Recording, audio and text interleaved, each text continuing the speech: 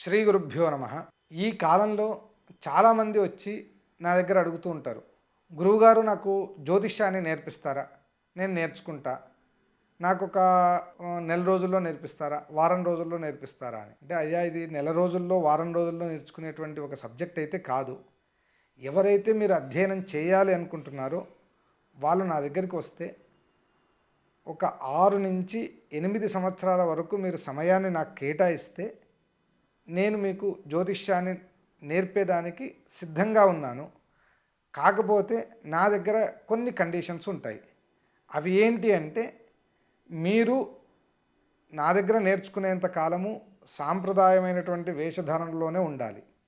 రెండవది, వేదాధ్యయనం చేసిన వాళ్ళే ఉండాలి. మూడవది ఏంటి అంటే, మీ యొక్క భోజనం కానీ, పుస్తకాలకు కానీ, మీ నివాసానికి కానీ